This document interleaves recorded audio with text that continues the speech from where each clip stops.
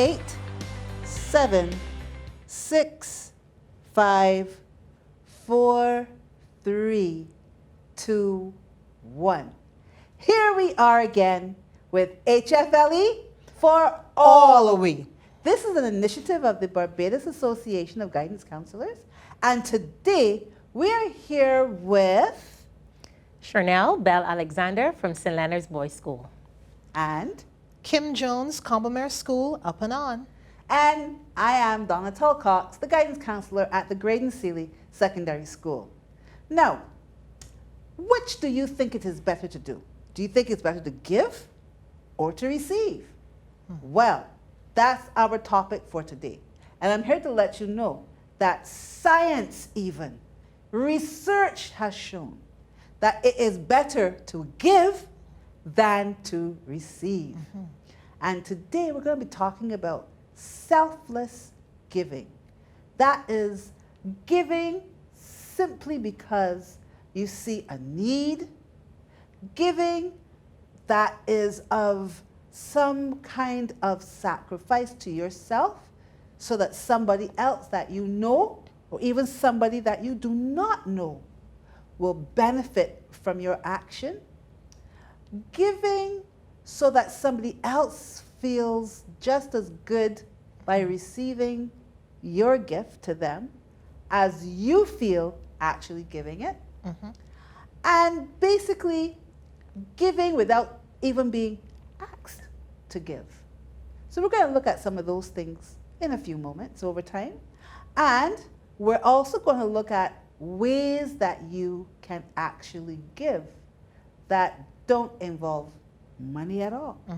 So let us start off with the reasons that people will give. But we listed a few of them just now. But let's throw it out there. Ladies, what are some of the reasons that people actually give? Let's start with the obvious one. Maybe you can look at a person and you recognize that there is a need that is there.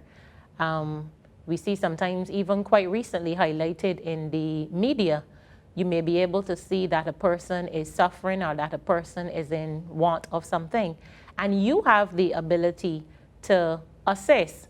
In a case like that, then you give whatever you have because the person is in need of it. You are able to share what you have with them. Okay, that's one. I think that growing up especially, I remembered it being the norm with my grandparents especially, where if you had one of something, you broke it into as many pieces as possible because everyone had to get a piece of it, so to speak. To me, it encourages community awareness. It is something that you do to build community spirit, to be very honest. I don't know about anyone else, but I don't feel good knowing that my neighbor needs something and I have, and I can't help. Because at the end of the day, we are all in this together. So one of the great things about giving back is that it encourages community spirit. And a lot of times when you begin to give, it starts a domino effect.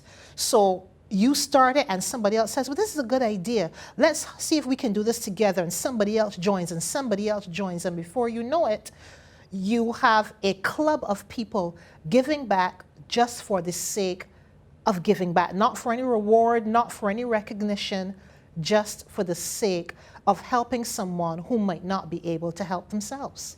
That's very, very, very interesting because there's lots of times when you would have received something, you know, when, at a time that you needed it. Yes.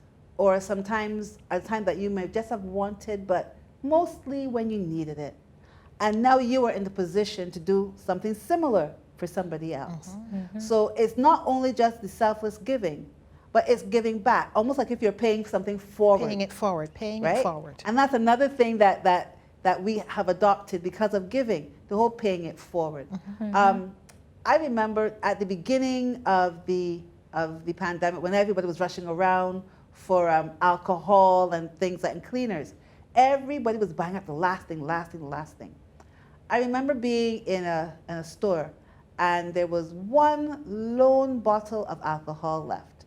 Actually, there was 2 bottles of alcohol. And I knew I had some alcohol already at home, but I would have needed some more. So one of the bottles was a green one, had any mint in it. So I had the other one, and this other lady had a bottle. So she was standing behind me in the line when we were able to stand fairly close. There was no social distancing yet. And she was telling herself all the time, I hope I have enough money to pay for this. I hope I have enough money to pay for this. So when I got to the cash register, I paid for my charges, and then I turned around and I asked her, I said, how much is for your alcohol? Because it's a different color than mine. And she told me it was eight something. So I got my stuff, and then I told the cashier, ring in for that bottle of alcohol. And I paid for it for the lady. I did not know her at all, but just doing that made me feel so good. Yes. And then afterwards, she said, thank you. By this time, I was like, oh, it's nothing. That's fine. I am sure that when you can, you'll do it for somebody else. Indeed. And that's what we mean by selfless giving. Yes. And I think you just reinforced what the Bible itself said, because there is happiness, more happiness in giving than there is in receiving. And it's a small gesture, Donna, but you may have made that lady's day. You don't know how much fun she had, what it is she had intended to do with the money, but that small gesture on your part, yes, it made you feel happy, but I'm sure it did something for her as well. And as you mentioned, then it creates in her that need to almost do for somebody else. Absolutely. So even in terms of what Kim was saying, it creates that community spirit where if some person has given to you and you have benefited from it, then you feel to give back to other people so that they too can benefit from your giving. Absolutely correct. And I think that is one of the things I must admit, that with all that's been going on with COVID-19 and the pandemic, you have seen that spirit of giving, for me, re-emerging in our society. It was always there, I think, but I think the hustle and bustle of doing everything day to day, we just didn't have the time, a lot of the time, to do it. But in this day and age, we're seeing people going, okay, if I have two of something, you know what, I could hold off with the one. Let me give this one to somebody else. And we're seeing more and more people coming forward, giving just because they can, and not for anything else.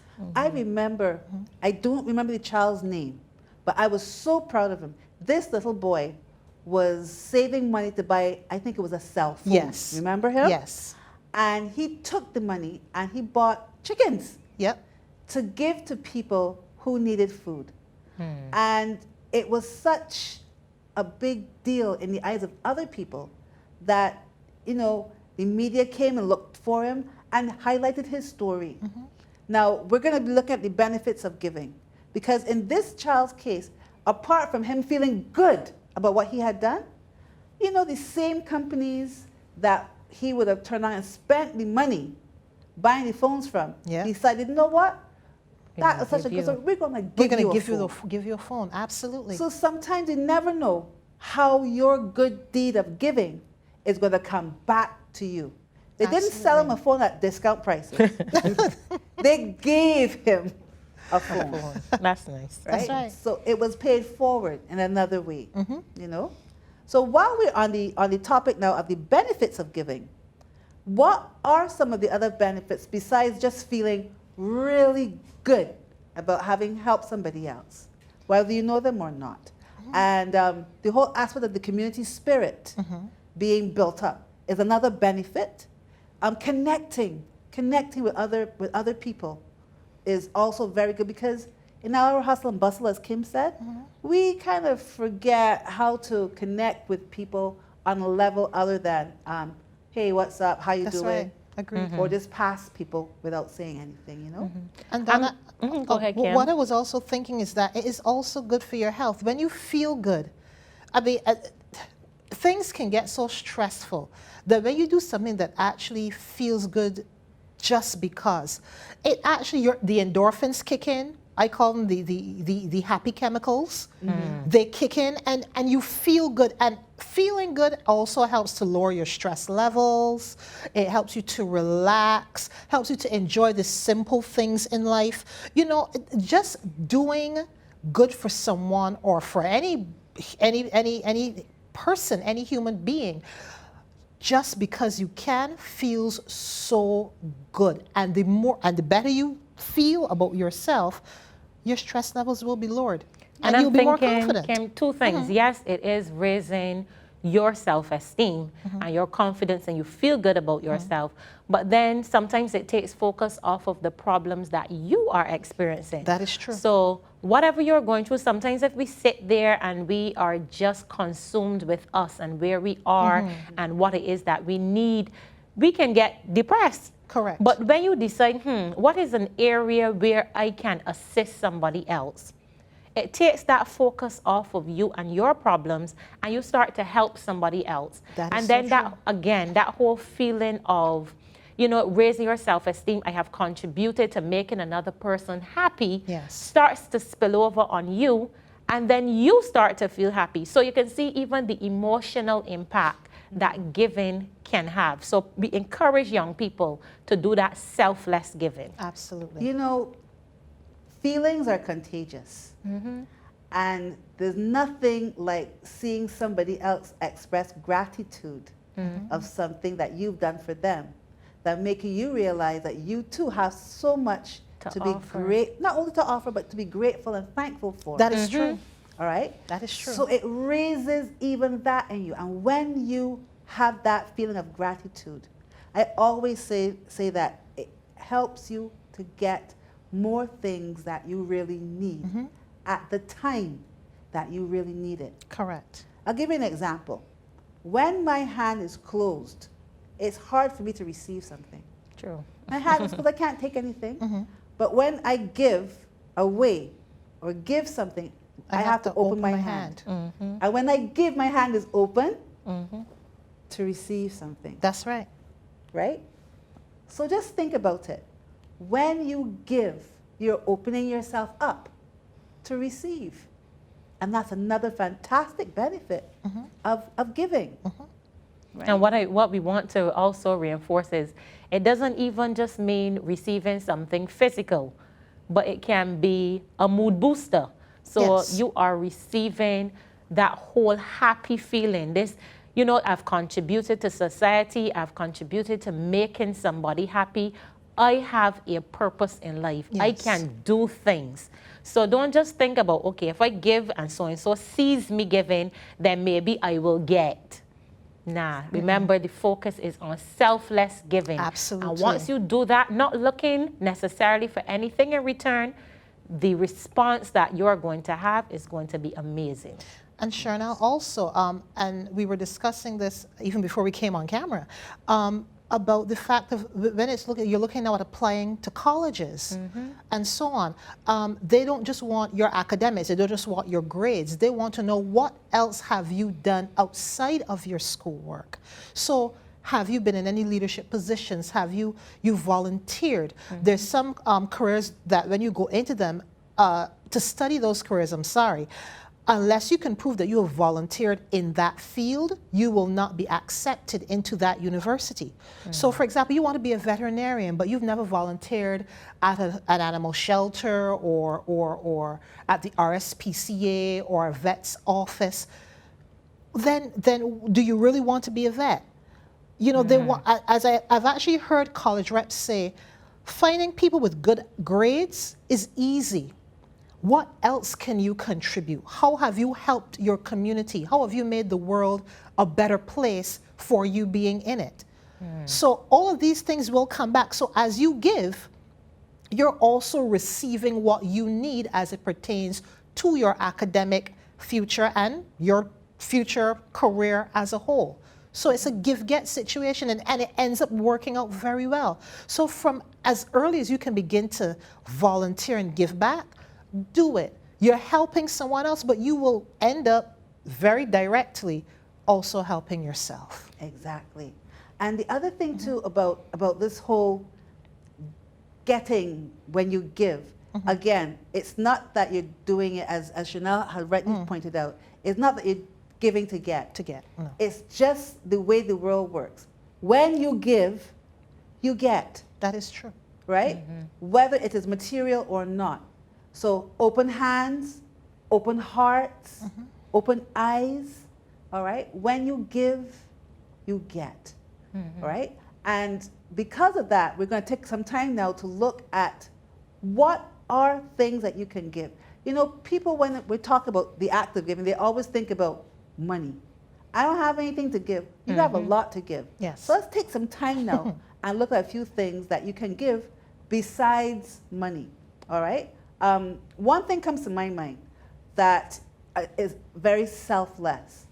Let's say you have a very good friend and your friend has a birthday and they want to go to the movies, all right?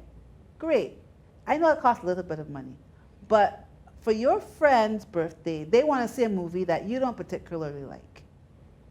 But because it's your good friend and because it's their birthday, you will give of yourself and your time to go with them to a movie that you don't like, but something that they like.